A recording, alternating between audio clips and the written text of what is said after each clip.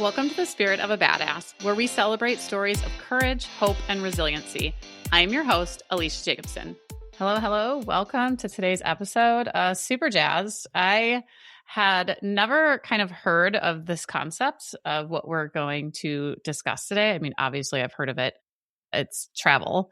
However, I've never heard of it in the context that we are going to talk about it. And I am really excited. I'm excited because my audience is mostly made up of women, and the idea of going and traveling as a solo female can be very scary. I know I have done it a few times, and sometimes I just stay in my room because I worry in my fucking room. So there's all of these things, and we're going to get into it today. And I'm just super, this feels like it's going to be such an empowering, like truly empowering episode. So I am super jazzed to welcome Laura Ericson. She traded her 14-year career in higher education in 2021 to start a group travel company after a divorce that became her unexpected catalyst for rediscovery. She's a cultural bridge builder who ventures beyond tourist hotspots to shine a light on misunderstood destinations like Cuba, Kenya, and Colombia. Since taking the leap into entrepreneurship, Laura has guided over 300 solo travelers through transformative journeys across 10 countries in just over 4 years. As a podcast host, writer, content creator, and impact-focused travel curator, she designs experiences that don't just cross borders, they break down barriers. Her mission is to help others discover the world's most fascinating places through a lens of authenticity and intention, while creating positive ripples in every community she touches. Welcome, Laura. Thanks for having me. That is quite the bio. I'm like, can I live this bio? Because it's fucking amazing. Be careful what you wish for. I mean, right? I don't think I have set my life up in a way to live this bio, but maybe just like pieces of it. I love it so much. Just take us straight to the beginning, because I feel like there are so many things I want answers to in a very short amount of time. Okay. What was life like before you started where you are now? Yeah, I'll give you the quick and dirty because we don't need to spend a ton of time on my previous life. But I was married for 10 years. I got divorced in 20. It's always a good sign when you don't remember when it was anymore. That's a true sign of recovery. That's so interesting. I'm already interrupting. Yeah, somebody said so. I was like, yeah, I filed for divorce December 9th, 2011. They're like, oh shit. Specific. Like, that's very like, it is like the flag and the ground there. Yeah, I have to think about it. But prior to that, I always grew up traveling. Like, I studied abroad when I was younger. I lived in Spain twice. My parents took me to places like Venezuela when I was younger. So, I had that in me. I started speaking Spanish when I was 12 years old. I have a Spanish degree. So I had a background in all kinds of things related to, I wouldn't say travel, but the, world, I guess I would say. I was more exposed to the world than the average person. But then fast forward, I entered this long-term relationship. Obviously, spoiler alert, it didn't work out. But during that time, we really spent all of our time like going to Mexico beach resorts and doing kind of the typical Midwest thing, dare I say. And it wasn't because I wanted to do that. It was just easy and convenient. And, we just kind of did it, rinse, repeat. We both worked and we were just like, yeah, let's go back to Mexico. Let's go back to Cozumel and go diving or snorkeling, do the same thing. So we did that for year after year. And finally, I decided I kind of had enough of that. When I got divorced, I decided I was going to really, when you get divorced, you kind of have this opportunity to reinvent yourself. And I was single and also didn't have children. So I was in a very unique position of really being able to start over and do whatever the hell I wanted. And so one of my priorities was travel. And I was like, I'm no longer going to let other people decide where I'm going and when I'm going, and I'm not going to let other people stop me from going. I started to travel a little bit more. Then the pandemic happened. I worked, by the way, for 14 years in higher education in my previous life. So I was in student services administration. I started in ESL as their Spanish language interpreter and then kind of worked my way up. And when I left, I was the director of a student services department. So I had a very good job, seemingly secure 9-to-5 retirement benefits, insurance, all the things, good salary. But 2020 came around and I went through a bad breakup and I was just not happy. And as I went through therapy, my therapist kept asking me, well, what would cheer you up? What would get you out of this funk? What type of hobbies do you have? And it's 2020. Like you can't do anything. Can't go anywhere. Yeah, I have no life. I was extra isolated because I was working from home and lived alone. And so I couldn't even see my friends. I couldn't book a trip and go somewhere. And that's when I really realized like how much I needed travel. I needed to like get out and go somewhere and have something to look forward to. I think everyone relates to the pandemic and how all of our plans were stripped away from us. And we were all just kind of sitting there like, what do we do now? Like I can only do so many puzzles, right? And so I really reprioritized travel. I had a lot of time to think, and it made me realize how important it was to me. Things started to open up. I started planning a couple of trips. I took a trip to Mexico City, which now I feel like people are like, "Oh, Mexico City, that's really cool." 5 years ago, people were like, "What the hell are you doing in Mexico City? You're going to get kidnapped." Colombia, people, same thing. Cartel, drugs, cocaine. Turkey, they're like, "Why the hell would you go to Turkey?" The reactions I got from people over my interested destinations was very concerning to me because I was like, what is it about these places that people are so afraid of? And so I would get a friend to come with me on these trips and I would do all the planning, and they kind of came along because everyone was desperate in 2021 to go anywhere. So it wasn't super hard to find anybody to go along on a trip. And then I actually did plan a trip to Colombia with a random person I met in a Facebook group because I couldn't find anybody to go with me and I didn't want to go alone. It wasn't that I was scared. It was that I didn't really love solo travel. I had done it before. I had taken a trip in 2019 to Australia by myself. I did it for 11 days. I was like, cool. Like, I'm glad I did this. It was a challenge to be alone, but I'm like, this isn't really for me. This isn't the way I prefer to travel. It has its pros and cons, but it wasn't for me. So I really wanted to be with somebody. On top of that, I'm going to a country that isn't necessarily perceived as safe. A lot of people were like, you can't go alone. Like, that's too dangerous.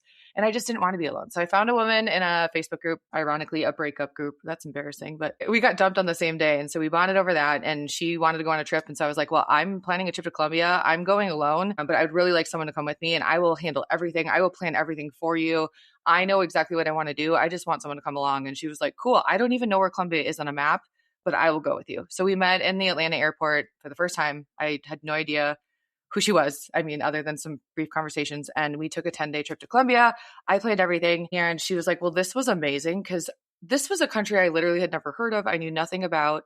I never would have gone to on my own. And if I had, I still would have been able to find the things that you found. I wouldn't have like known where to start. And so it really opened up my eyes to like a different type of travel. And I was like, well, this is the type of travel I love to do. And I love to plan it for people. So it really got my wheels spinning about, like, this kind of was a self-serving endeavor at the beginning to just like get people to come along with me to where I want to go so I don't have to go alone. But I really quickly realized that I was showing people places that need to be seen by the world. And also like we need to break these stereotypes of these places because most of them aren't true. The things that you see in the media about certain destinations aren't necessarily true, or they're just so overblown. And so that's kind of the idea of my business and where it was born. By end of 2021, I put in my 30-day notice at my job, and I didn't even have like a website. I was just like, okay, we're just gonna cut the cord and like jump off the cliff, and I'm gonna have to figure this out. Obviously, 5 years later, it's worked out, but it was a rough start.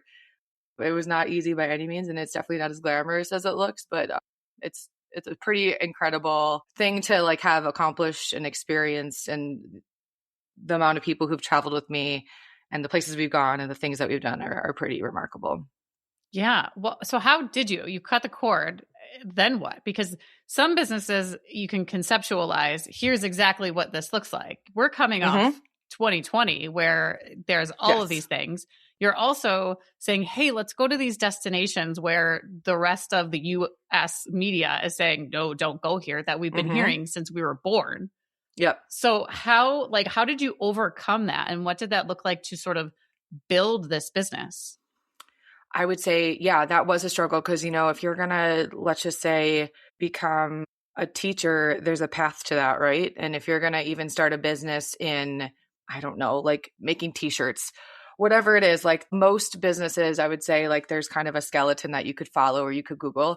In the case of my business, it was still, I think now it's pretty popular, but it was not 5 years ago. And there was no like book to read on how to start this type of travel business. So I was really like figuring it out as I went. I did hire a business coach who could help me a little bit in I would say she mostly helped me in like the generic starting a business. It wasn't so much helping me in the here's how you navigate the world of travel and kind of create something that doesn't already exist, or at least not in this kind of way. But when I quit my job, I had a group trip to Mexico City planned for, so this is September of 2021, and end of October 2021, I had my first group trip planned to Mexico City.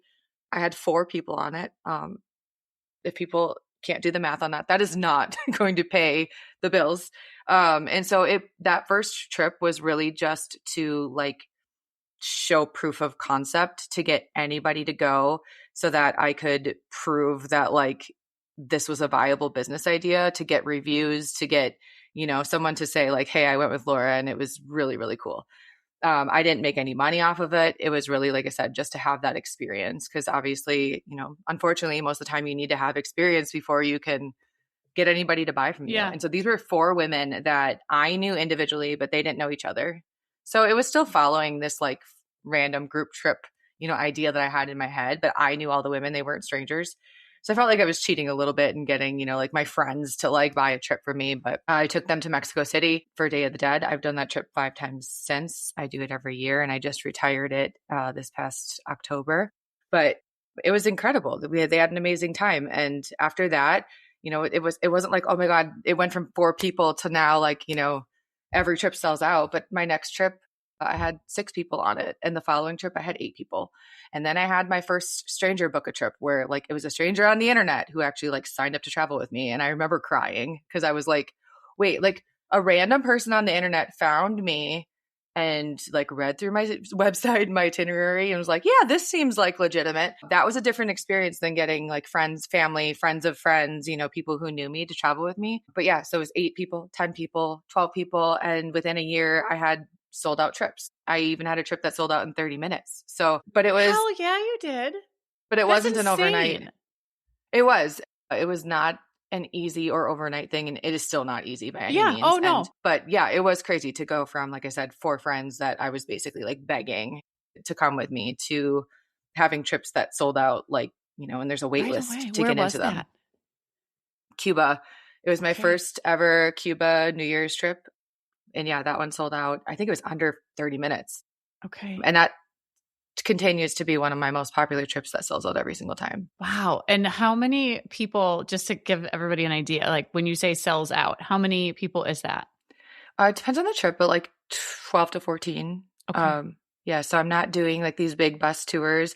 I feel like when people think of group travel, they think of, like the senior citizens and the big bus and the guide with the microphone and like the annoying flag and the obnoxious t-shirts. And like that is not what we're doing. It's a lot more discreet and it's more intimate. And the goal is, of course I could like sell more spots on my tours to make more money, but one, I don't think like it's good for the group. I feel like group dynamics are better when they're smaller. You want to have enough people that you can like mix and mingle and meet different people, but you don't want so many that you're like, I haven't seen that person's face in this entire 10 days. Like, who is that? Mm-hmm. Also, like we're doing a lot of really intimate experiences with locals. We're eating in their homes. We're, touring their farms. We're doing all kinds of things that you can't do with a big, giant group. It's just not appropriate or even feasible. So we keep the group small for that reason. I think it just makes the group more united and cohesive and allows us to do all kinds of things that you can't do when you have tons of people in a tour bus. Yeah. Damn. That's really cool. There are women that I work with that have transitioned from the kind of safe career and are now doing other things. So to have that moment, I mean, I can just imagine where you have the person book and it's like, I don't know you and you trust me and you like what I'm offering and you're saying, yes, like come with me and show me these places. And then have them sell out. And that just has to be one of the coolest things as you're gifting the world with what is your talent and it's like your gift to the world. And to have them say like, yes, I want this is so cool. What are they? Because you're saying it's not, we've all seen, the tours of the busloads of people getting off and we know exactly what you're talking about with the megaphone and the stupid jokes. Like, it's not funny. Please be quiet. Who goes on your trips? And tell us kind of what the experience is, maybe some of the most meaningful or memorable. Kind of walk us through, what does that look like? When I started my business, I really struggled with, do I want this to be for women only? And I decided no. And I also didn't want to put an age, like a very specific like age limit on it. There are a lot of tour companies out there that are women only. There's a lot of tour companies out there that are for women in their 30s or women in their 40s or women over 50. You can find all of those things. And I don't think there's anything wrong with like limiting or kind of putting everyone that's similar together. But I didn't feel great about like telling people whether they could or couldn't come with travel with me. And so I was like, you know what? I'm going to leave it open to kind of everyone over. Let's be real, like 21-year-olds aren't coming on my trips, but like I'm going to leave it open and just kind of see who comes to me. And I still, to this day, 5 years later, I'm still doing that because I've seen women in their 60s and how meaningful these trips are to them. And I've also seen women in their 30s that need these trips. I've seen men that need these trips, men who have just gotten divorced. There's a lot of women that are single, divorced. I have women that are moms that don't want to travel with their families. You know, they don't want to do Disney. They want to have like a real adult experience.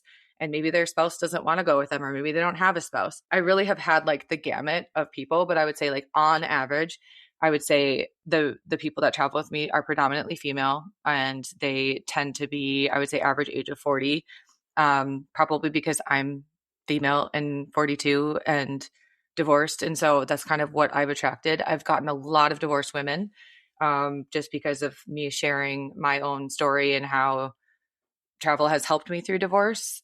So often I think I attract people that are struggling with something, going through something, recovering from something, or just need some kind of escape or restart. But yeah, it's really all over the board as far as who comes. I also have trips that I create specifically for certain populations. So like I've done trips just for women all the time. I've done co-ed trips. I've currently have a trip coming up in April that is for single child free women. I've had female entrepreneur trips with like Ashley Quinto Powell and Dawn Malarney from Madison. So it's really can be as specific or not specific as people want it. I also host trips for people like Ashley and Dawn and single child free networks and people like that who want to maybe bring their community on a trip together and have that experience, but they don't want to have to plan all the details. So I'm behind the scenes making the trip run while they're mixing and mingling with their people and having conversations while they're traveling. As far as like what we do, it's all over the board. It really depends on the country, but I would say like it's part adventure, it's part culinary, it's part cultural immersion, and it's not probably as much of like there's history for sure, but I am a highly ADHD. And so I need to learn by doing. I need to always kind of like have my hands in something. And so we're going to be doing more activities, more walking tours, cooking classes, paragliding, hot air ballooning, hiking, like I said, having dinner in a local's home, riding horses in a UNESCO World Heritage Site to a tobacco farm where we're learning how to make cigars. In Georgia, we visit local winemakers in their homes and do like a traditional Georgian supra feast and learn how to toast.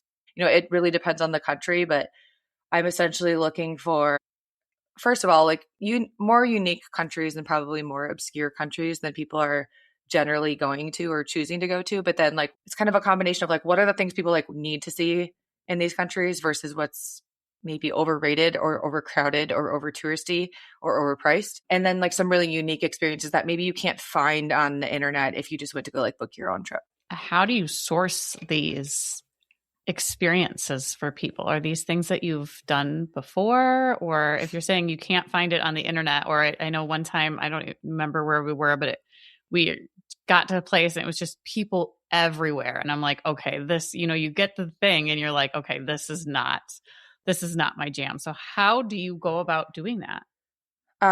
The biggest thing is I scout first. So I have yet to date taken anyone to a country that I haven't been to first. So that means, unfortunately, I can't just offer a trip to whatever country that somebody wants to go to if I haven't been there yet, because I feel pretty strongly that I or somebody from my team needs to experience it, go through it, determine whether it's a worthwhile activity, tweak it, come up with a packing list, and have kind of like lived and breathed that experience so that I can tell another traveler, not only like, do I think this is worth your time, but I can actually like tell you what it's like and what to expect. And I can sell it with confidence because I've done it myself. I will say I'm transitioning right now into having more people lead my tours than just me because I'm doing 10 to 12 a year and I don't have a life anymore. And it's kind of taken over my life and become my life. And I'm in a phase of wanting to stay home more and wanting to be able to focus on my business, which I can't do if I'm traveling constantly. So I just recently had a friend who works in travel who's going to be leading tours for me. She scouted my Ecuador tour because I wasn't able to go and I had an opportunity to go, which I normally would have just said, I'm sorry, I can't go. I was like, okay, I can't go, but can I send somebody in my place and give her kind of my criteria? And, we were in communication every day and, she's working on the itinerary with me now. So that will be the first time that I'm sending somebody on a tour to lead it without it being a place that I've been personally. And so she'll be the one leading that tour because she's the one that went. So why would I lead a tour to a place that I haven't been? So that's been an exercise in trust and relinquishing control a little bit for me. But I think every entrepreneur has to go through that at some point. Regardless, I think going with somebody who's been there and can say, like, I know how to answer your questions because I've done this myself. And in some cases, I've done this 8 to 10 times, is so much more valuable than reading an article on the internet that may or may not be true. It might be outdated. You just don't necessarily like know what to expect by reading things online. As far as the experiences, nowadays, like we have Airbnb experiences and we have Get Your Guide and we have all these things that you can do online. You can literally like shop for an experience, which I think is good in a way, but also has like really commoditized travel in a way that I don't necessarily love. But I think it is nice that people can do these more local experiences and interact with locals in different ways than they used to be able to do. Where it used to be you just had to like book a walking tour or something like that. And now you can do all these incredible things. But it also has put like travel kind of at our fingertips and made us feel like, like I said, we can just like put an experience in your cart and ask for it instantly and expect all these things from people. So but there's still things that aren't online. There's still things that you can't book online, that you can't find online, that you need connections for. And to get those connections, that's why I physically go there and like meet people, form relationships with people that I trust so that I'm not just working with some random guy in Egypt that I've never met, that I'm like not only like handing my money over to, but handing your money over to.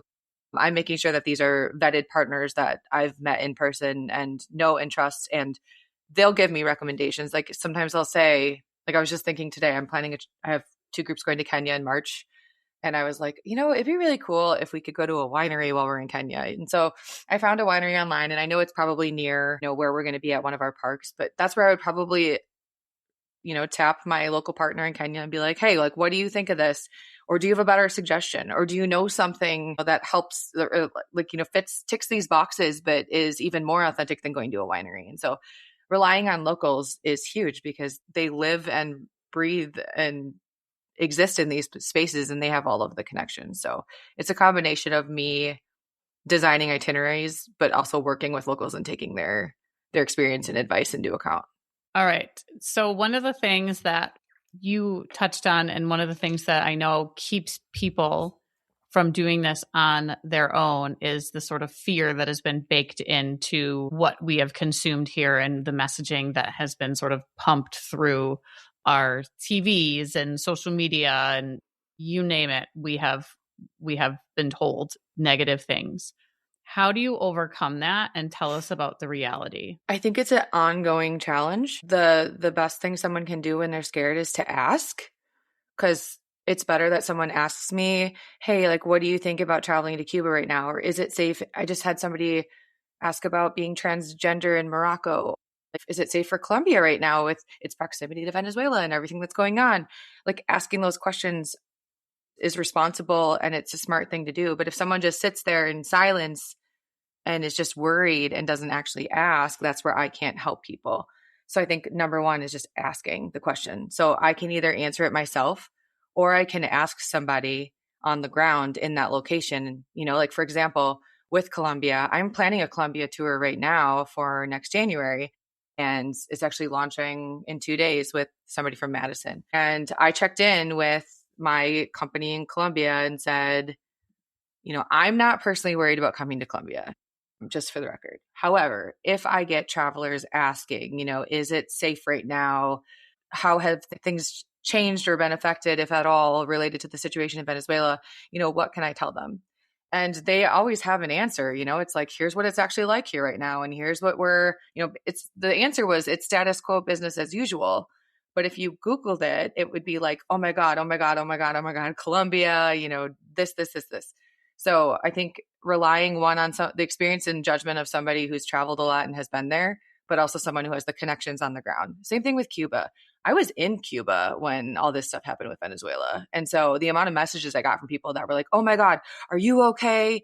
Like everyone's like scared. And I'm like, literally, it's just another day here. Like you wouldn't have known anything had happened. Nothing changed. Still to this day, this was what, 2 weeks ago, 3 weeks ago, nothing has changed. Doesn't mean it won't change, but nothing has changed. And so I think like we can really, really get stuck in the headlines and the news because we don't know any different. We don't know anybody there. We don't know anyone actually like living that experience. I also am just a firm believer in, these are like local economies that rely on tourism. And if you take your tourism away or pull it back without a justified reason, you're hurting people even more. And so like when I did a trip to Morocco in 2023 with Ashley Quinto Powell and a bunch of women from Madison, Morocco got an earthquake while our group was there. And most of the group hadn't even landed yet. They were, I think, in Spain on a layover, and I was in Marrakesh, I think, and I had just landed. And I think the earthquake had hit maybe in the 2 to 5 minutes before I landed. And so I'm landing, finding out that there was just an earthquake. I have my group hearing about it in the news, asking me what they should do. I obviously need to assess the situation before I tell them whether it's safe to come or not. I get to my riad and talk to people, and I determine like, I think it's fine for you to come. What are we going to do? Everyone turn around and go home, and nobody gets to go on their trip. And now like none of these locals get to have any tourists in their stores, their restaurants. And that is what happened. I spent that night reading Facebook groups, and people were going ballistic over Morocco, and I'm going to cancel my plans, and I'm going to cancel my trip, and And I was telling everyone like, I'm here right now and it's safe. And so like, what are the odds that there's going to be another earthquake? It's already happened. The damage is, so to speak, done. We've assessed where the damage is in Morocco. And so the worst thing you can do right now is decide that you're not going to go anymore because you're worried about whatever it is related to your trip.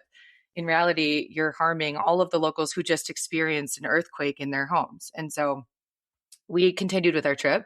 It was a super rewarding trip because of the earthquake. And the locals were so grateful that we were there because we were some of the only tourists there because everyone else had pulled out and canceled their trips. And they were like, thank you for being here. Thank you for shopping in my store. Thank you for eating in my restaurant. Like everyone else is gone and this is how we survive. So how are we supposed to survive during an earthquake if all the tourists leave? So I just think it's really important for people to also consider like if safety is an issue, of course, that is a valid concern. But a lot of times it's not nearly as unsafe as we think it is. And a lot of it is just our minds going crazy or people around us projecting their fears onto us. I see that happen quite a bit where it's not necessarily the traveler that is scared. It's their mom, their sister, their spouse, their kids, whoever it is telling them that it's not safe to go. And in those situations, I say, who are you getting your advice from? Is this a person who travels a lot? Do they travel internationally? Have they been to this country? Do they have actual experience with this? Or is this someone that's just sitting, in their chair at home, Googling and telling you not to go because they're scared for you? I always say like, that's like taking parenting advice from someone who doesn't have children or taking marriage advice from somebody who's never been in a relationship. Are you going to take advice from the expert and the person who has connections and knows a little bit more about the situation? Or are you going to take it from somebody that you might love and care about, but doesn't actually have any real life experience or knowledge about the situation?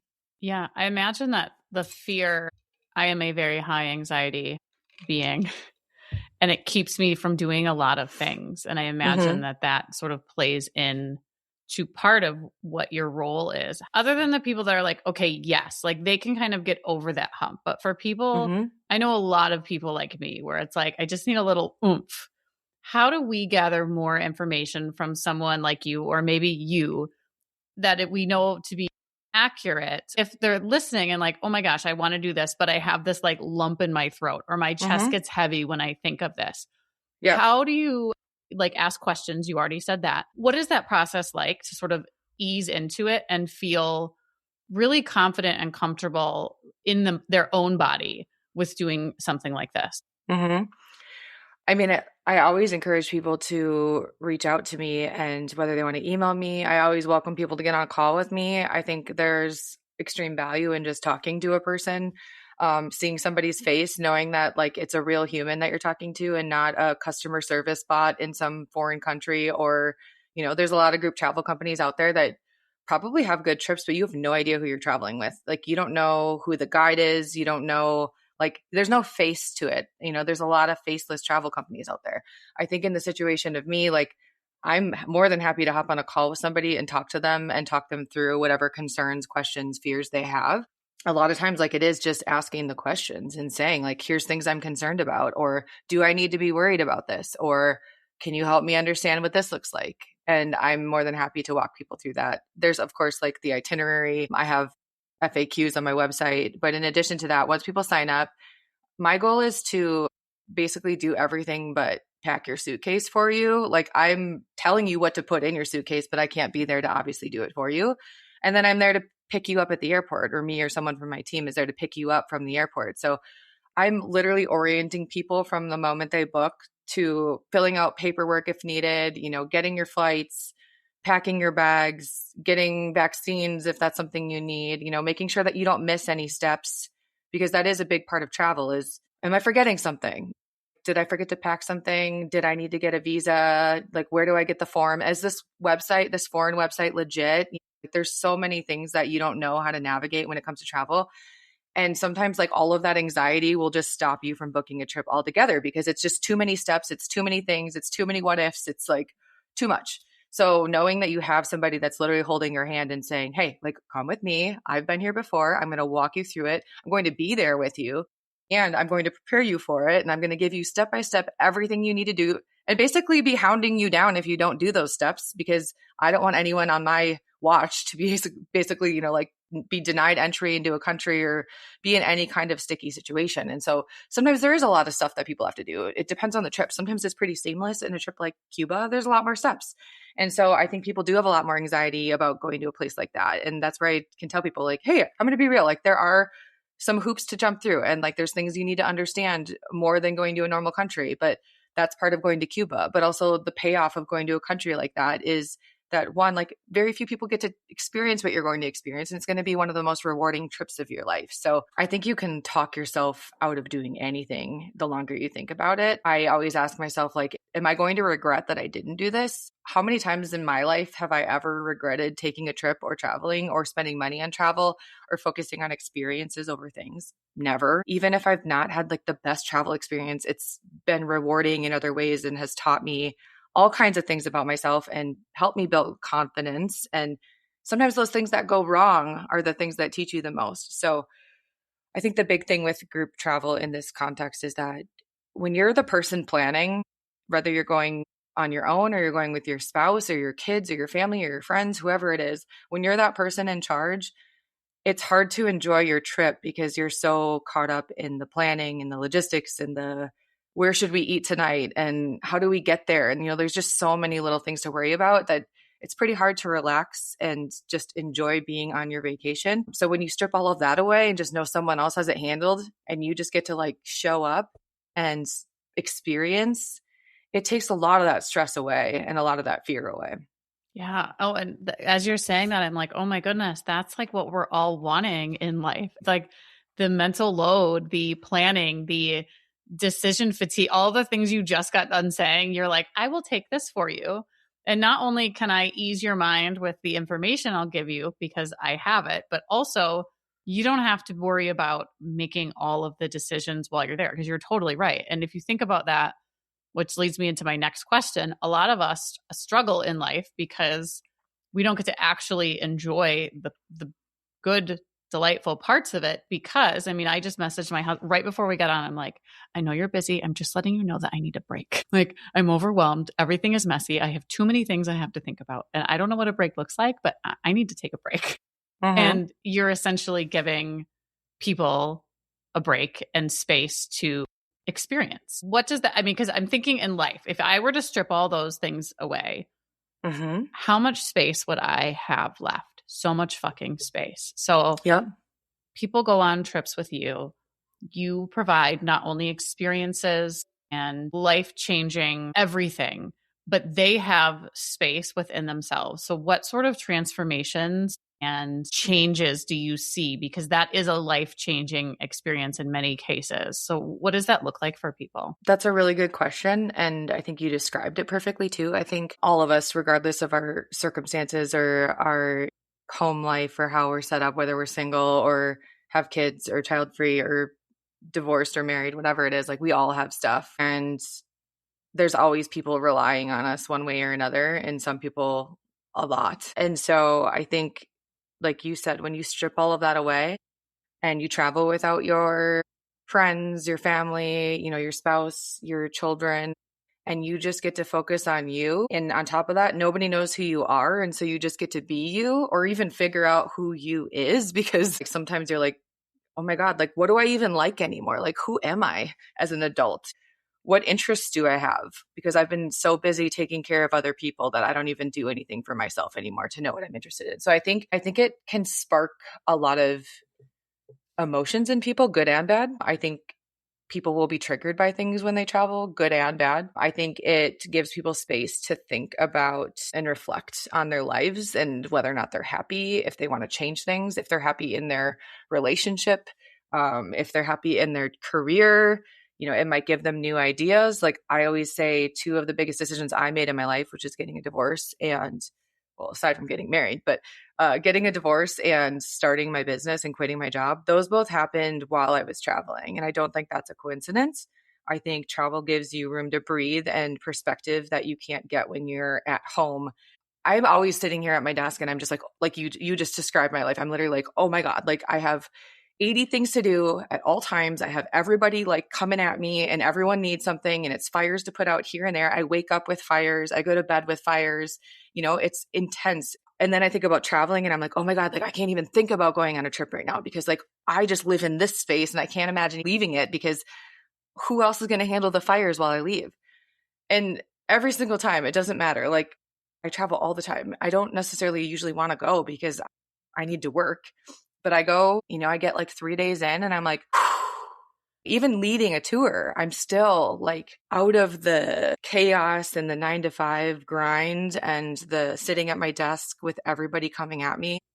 It's just a different space to be in. And then on top of that, you're traveling. And so you're in countries where you're seeing poverty, you're seeing gratitude, you're seeing people share that have nothing, you're seeing all kinds of things. And it really puts things into perspective. Like, what the hell am I doing? Like, you know, when I'm at home, I'm so focused on this and this and this. And like, those are not the things that I need to be focusing on. Those aren't the things that matter to me. I just think it gives you this privilege and perspective that you don't get when you're sitting at home. And then on top of that, you know, traveling with strangers, I think people get scared about that. I actually prefer it. Like, I think it's fun. And I think people have a better time when they come alone and travel with a group of strangers because they don't have that person sitting next to them being like, you're going to do what? Or, you know, like, we need to go together. You know, we need to make this group decision. You just get to make decisions for yourself and meet new people and kind of figure out who you are and what you want to do and make decisions without anyone else kind of in your ear telling you what to do or judging you. I can see how that would be, like you said, you decided that you needed to divorce and to quit your job and start this. I've had these on a small scale when I am in yoga. I get on my mat and somehow my brain just is like, shh, like 90% of the time. And I think without that intentional quiet and rest, you can't experience the change and you're stuck in the fire of everything. And that's a really small, I mean, that's like a rinse and repeat, you know, all the time. And not always does it work, but I can see how people in kind of transition spaces of life, or the, like me messaging my husband saying, I don't know what this looks like, but I am like, I can't crack. There's too many people counting on me to break right now, but I need a break. Or like the foundation is not necessarily solid right now because there's so much on it.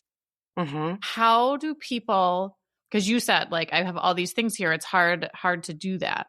What is it like to decide, yes, this is a full-bodied yes, I'm going to make space for this? Because a lot of times, I mean, we're out here giving time and space and money and energy to everyone but ourselves. And this is very much I'm choosing me, I'm showing up for my fucking self, and I am taking this space to grow. I mean, I can't even truly imagine. I very much went into my first marriage and had children and all of this way, or like in my early 20s. So I did not have, it was feet first.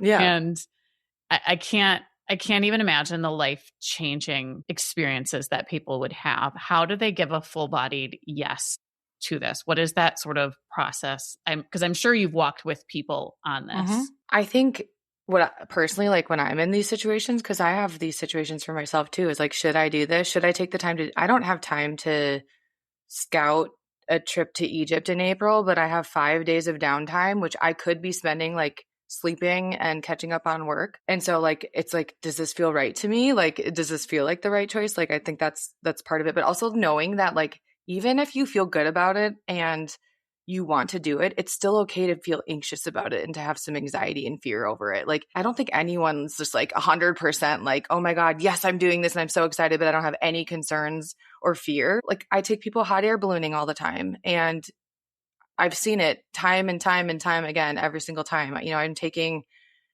14 people at a time every other month over a year for 5 years. I've taken a lot of people in a hot air balloon, and a lot of people are scared of it. I would say like very rarely do I have anyone like not do it, even though they're scared.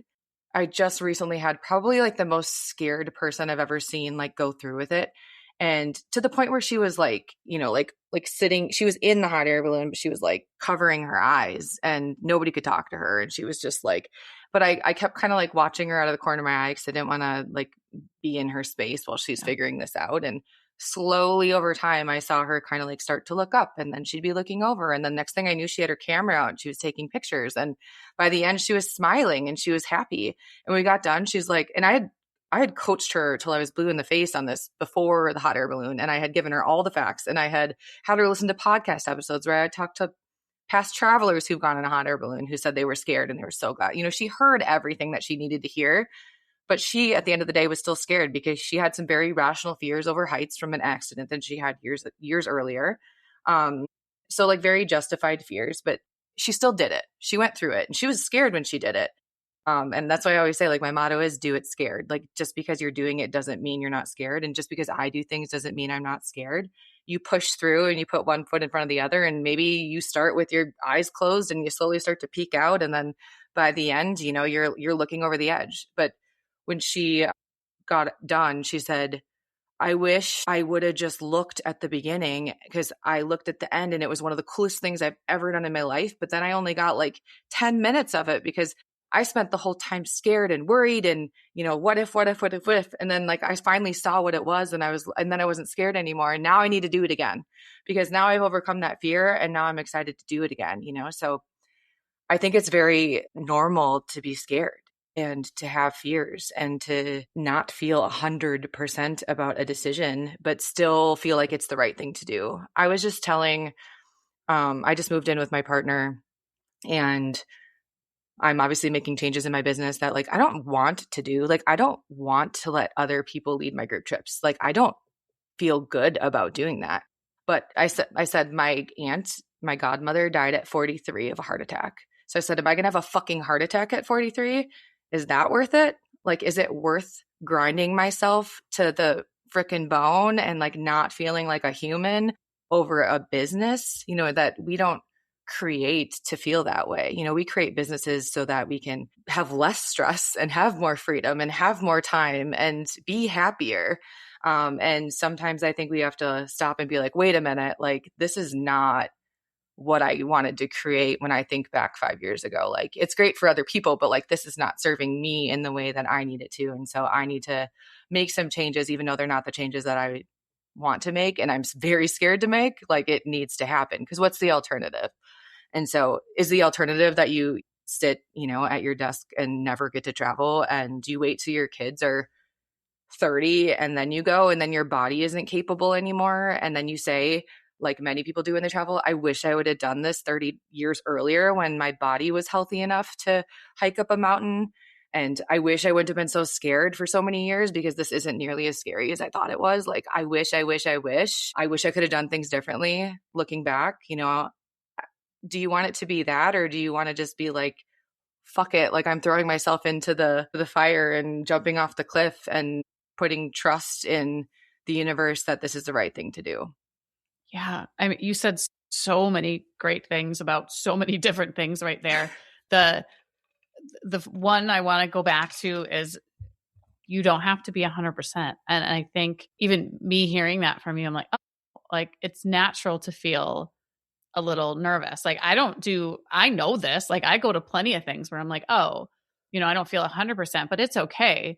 But in some scenarios we're like, oh, I need to feel 100% because it, for some reason, feels like we should feel 100% committed. Like, yeah, we know.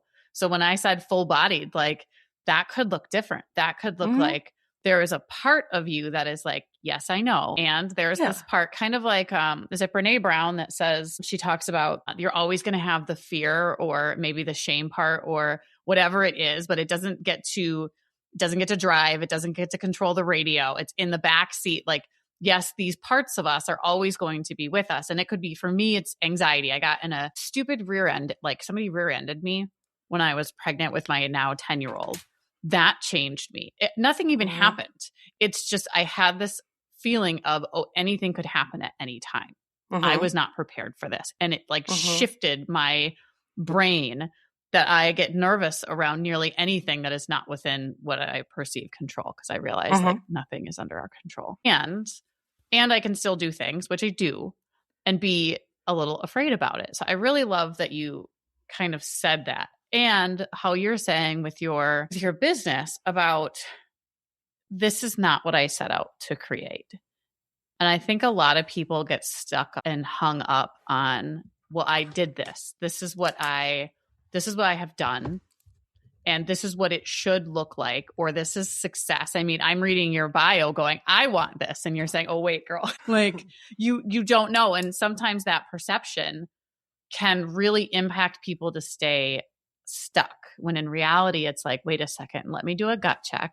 Let me see, is this the life I actually want right now? Am I doing that? And it's okay if you want to do a reflection or a course correct. And I'm guessing a lot of that happens on your trips. And also it's really neat to kind of have you share that part of your journey kind of in almost like a real time, because listening to you and reading your bio, it's like, that's so cool. And I'm sure a lot of people think the same. And it's like, oh, wait, how do I really want to be living and spending my days in a really thoughtful and impactful way? Yeah, I think there's how my job looks, and then there's the reality of my job, which people don't really get to see. Very few people get to see, I would say. And I think it's really easy in general to look at someone else and be like, wow, like they have it so good, I want that. I work in travel, so of course it's like this glamorous job. Nobody probably looks at someone that's like roofing a house and is like, whoa, like I would love to be up there on that roof. I mean, maybe they do, but I think far more people are like, you get paid to travel. Like that is the dream life. And I'm like, I mean, I get why it looks that way, but one, like I don't spend all my time traveling. I spend the majority of my time sitting at my desk planning other people's travel. I always equate my job to like a wedding planner. So like, I'm like, would you like to be a wedding planner? And they're like, that sounds awful. Okay, well, I'm a wedding planner. I'm not the bride. It's not my day. I'm going to lots of weddings and they're great, but like, it's not about me, right? My day is to support the bride and groom and make sure that they're having the day that they want. And yeah, I might be in a cool destination, but like at the end of the day, I'm still working and I've got a lot of brides to keep happy. And, I've got all the logistics for all the weddings. And so like, that's my job. And yeah, I get to go to the wedding. I might get to sip some champagne and be there for the toast. But for the most part, I'm running around making sure that the wedding goes smoothly. And they're like, oh, I didn't really think of it like that. And it's like, well, of course not. Because you see a pretty picture on my website and you're like, wow, that looks really cool. They don't think about, like all the things that go into making the trip actually become a reality and all the logistics and all the things that happen when you're planning 12 trips at once plus, and then we add in like, I'm a content creator. I have a podcast that I, produce an episode for every week. I did 8 podcasts this week. Like they're all over an hour long. And you know how long it takes to edit a podcast, to produce content around a podcast, to write a blog for a podcast, to send an email about a podcast. Like I have help doing that, but it is still, I would say every podcast episode is 4 to 5 hours of my time. And I did 8 of them this week. And I run a travel business. So and it's only like, Wednesday. It's Wednesday. And and I'm literally on Friday taking a day off for the first time. And I couldn't tell you when. Like, I do not know the last time I took like a weekday work day off and just said like out of office. Like it's been years since I have done that. And it was only because somebody else, my partner, demanded that I do it so he could take me somewhere. But like, I don't ever do that because like I live my life for other people and making sure that I'm not disappointing anybody else. And so I do think like as entrepreneurs, you do have to kind of stop and check yourself sometimes and be like, wait a minute, like I know I wanted this, but like, do I still want this? And is it working or do I need to tweak it? And sometimes it means stop altogether. And sometimes it means pivot. Sometimes it means pause.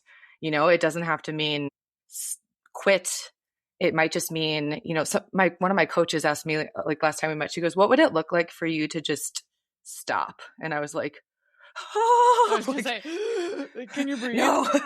Yeah. I was like, no, like that. No, that was my thing. It was like, no, we can't stop, and she's like, but what would happen? Like, what would happen? And of course, like I have a million answers for what would happen if I stopped, but I'm getting hot just talking. I know. About it, I saw your, I talk all the time. I think every episode I have to plan my outfit around how hot I think I'll get during a conversation, which is why I started with a tank top today. Because I knew that this would be something. And I have shorts on too, because I'm like, I will get sweaty during this episode. I know that I will. And I think you said entrepreneurs, but I work with a lot of non-entrepreneurs. And this question of reevaluating and is where I am now, where I actually want to be, comes up so often. As you found out, in your career, that was a very safe career that you could have done and had retirement and had probably taken days off that maybe were paid and all the things that holidays, right? A holiday, but it's like, are you living? And unless you breathe, unless you take a break, you really don't get time to even think about those things because you're so busy keeping everything running. I really like what you offer or just like a fucking day off. If you're not taking time to intentionally think, because this, like, your day, and I know, like, I say this, and am I actually living this? Like, my days happen, and I'm like, what the fuck just happened? Like, I got nothing done, and yet I worked all day. Yeah. So but really intentionally taking that space to just think, do I like where I'm at? Do I like what I have? Because we are creating this. All of your past actions, all of your past thought, everything has led us to where we are. And do you like it? Whether you own your own business or whether you have, the safe, job, or maybe you're looking for a job. That's something that I work with people a lot on, is like, they have this idea of, I need to have it this way. Well, it's like, well, do you? Do you? Or could it look differently? And kind of like the question to you, like, what else? Like, what would happen if? And I think we're so used to this very traditional, in a box way of thinking that it's really hard to even consider other things. But asking back to your point when you said, when I was asking about how do you help people over fear, ask questions. And I think, all of this, ask really good questions. And I think a lot of times we go through life not asking the good questions, and then it's boring. Yeah. I think ultimately it comes to, how many times do you make a big decision? Like, it goes back to like not feeling 100%, like you're buying a car or you're buying a house or, you're getting married, like whatever it is, there's always like an element of anxiety. Is this the right choice? Should I be doing this? Oh, I just did it. Do I regret it? There's always a little bit, I think, of buyer's remorse when you make a big decision. But how often do you sit there and like you have pros and cons, right? Most big decisions, I feel like, yeah, you could make them with just your gut, but a lot of times people might sit there and like weigh the pros and the cons of making a decision, right? So it doesn't mean that it's all pros 100% and zero cons. It just might be like, okay, there's like 70% pros and 30% cons. And so the pros outweigh the cons. And so the benefits of me doing this far outweigh the risk of me not doing it. And I think that's what you have to decide is like, am I going to be happy if in 5 years, like I'm still right here? Am I happy with that? Like if you are, great. Yeah. If in 5 years you're going to look back and be like, oh my God, I said I was going to do that 5 years ago and I'm still doing this. I'm still in this job. I'm still not traveling. I'm still stuck in this shitty marriage that I hate. Like it doesn't matter what it is. It's just like people love to stay stuck because it's easy to stay stuck. It's just like comfortable to be, even if you're not happy, it's like known and comfortable and familiar. Like I stayed in a 10-year shitty relationship because I was like, well, this is just where I am. And like I talked myself into all kinds of things thinking like this is just how it is and I can, whatever, like I can survive this. This is fine. I finally realized like fine isn't good enough for me.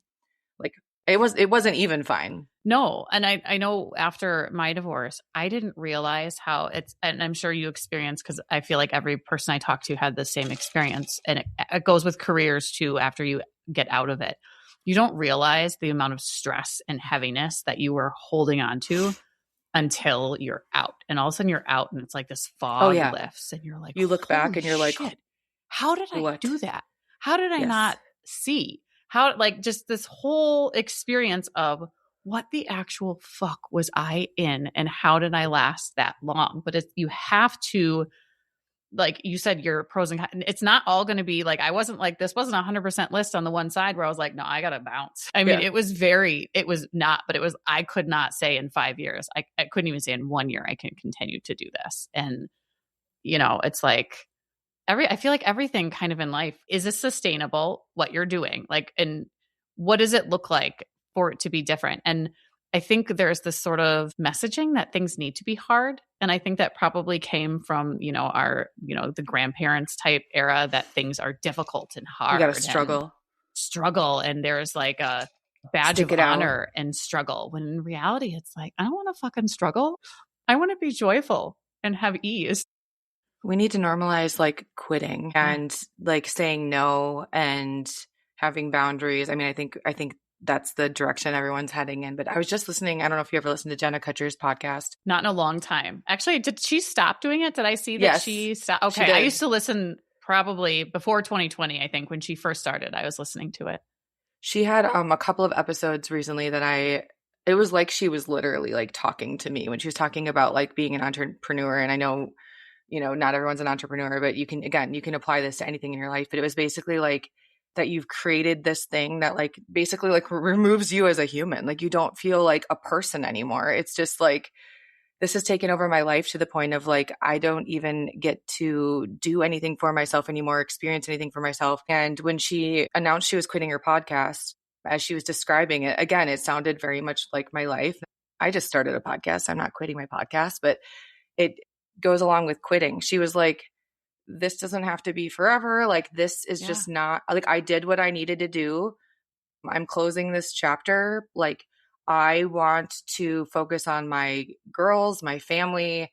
I want to have days off. I want to, and this is what I really related to, was I want to experience something without feeling like I need to document it. I fucking hate having to show people what I'm eating and like, here's what I'm seeing and watch this, and then like have to post it and like have to write a blog about it and have to share. Like, I hate it. It is time consuming, takes you away from being present in the moment. And I think it like makes everything feel a little bit superficial, and like it makes people question your intentions and your integrity. Like, I don't love that aspect of my life and working in travel and being a content creator. And she was like, I'm just done. Like, I want to experience life and not have to share it with anybody. Like, imagine a life where we get to go on a vacation and we don't have to show the internet, like where We don't have to post in our stories X number of times a day, or as a business owner have to share or blog or produce a podcast or whatever. And you just get to do whatever the hell you want to do. What lights you and not, up. Yes. And not worry still about have your business. I think that's the thing. And Yes. I go through ebb and flows of, I'll post a lot. Like I'm very seasonal, I feel like, with it. Or when the world gets heavy, I sometimes retreat a little bit. Cause I'm like, I just can't, I have to conserve my energy. I think a lot of people are cyclical with posting and being online. Yes. Yeah. I am very much not the very rigid, like I have to do this. But that took a lot to not. And I understand what you're saying. I used to own a gym, and there was a couple days where I started waking up and I'm like, I don't want to do this anymore, which was weird because I thought I would always do this. And within 3 months I was done, and it's now in new hands. But I was like, I want my sleep. I want my family in the morning. And it was a very quiet whisper, but it was a whisper that I had never heard before. I was like, I have to listen to this, but it was also okay. And I miss it. And I'm like, it could be right now. I'm thinking I could do something else. Like nothing ever has to be, nothing is permanent. We can always go back. We can always create a new, like, it doesn't have to feel so like book closed, done. Yep. It can be, what does it look like to reinvent it? Who knows? Yeah. And I think you're allowed to change your mind, and you're allowed to change it back again. Like you're allowed to, it's your life. Like, yes. Who writes like the script on our lives and what we have to do and who we have to be with and what job we have to work and what it looks like? Like nobody writes that life for us. I mean, I was just talking about this on a different podcast about like a year ago, like I met my partner like this weekend. It'll be a year. It's our 1 year anniversary. And like a year ago, I was getting home from Cuba. I was super sad because I was single. I thought there was nobody out there for me. I was grinding myself to the bone with work. I was traveling all the time because I didn't have anybody to come home to. Fast forward, I was child free. A year ahead, I'm living with my life partner. He has 2 children, which I obviously like was not planning on. Yeah. People are like, well, you don't want kids. I'm like, I don't. But like, he knows that. It's the situation. Yeah. And so it's okay to like be like, hey, like this is not what I had on my bingo card for 2026, but here we are. And it's okay to change your mind. It's okay to say, yeah, I didn't want kids, but my partner has kids. So here we are. Like, I don't hate them. I just didn't want to have a baby. Like, but that's who gives a shit? It's not anyone else's life. It's mine. It's my choice with who I live with, who I want to raise or not raise, and what I want my life to look like, and how much I want to travel and how much I want to be home. And I'm also allowed to run a travel business and not have to travel all the time. Like you get to decide what that looks like. Yeah. You get to write the story. My coach once said to me when I was making a pretty big decision that I was worried what people were going to think of me because of how they have seen me in life and on the internet. And she's like, you're not like time stamped. And that was a really powerful kind of, because I was just thinking like, what are they going to think of this sort of contradiction to who they think they know me? She's like, just because they know one version of you doesn't mean that is the only version of you. And I was like, fuck yeah. That was one of those moments where I was like, hell yeah, that like shifted things. That was a really powerful moment. And sort of hearing those things. And also, even though like I knew that, I'm sure that I've worked with people on that, kind of getting that sort of like, hey, girl, like tap you upside the head. Like, look, you're good. You can do anything. You can change your mind. You can go back. You can go forward. You can do anything and create the picture that you want to create to live the life you want.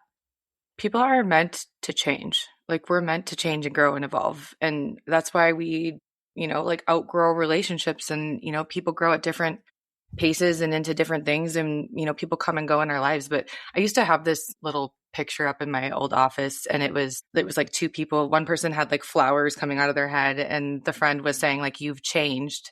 And then the other person said, I hope so. Like, I sure hope so, or something like that.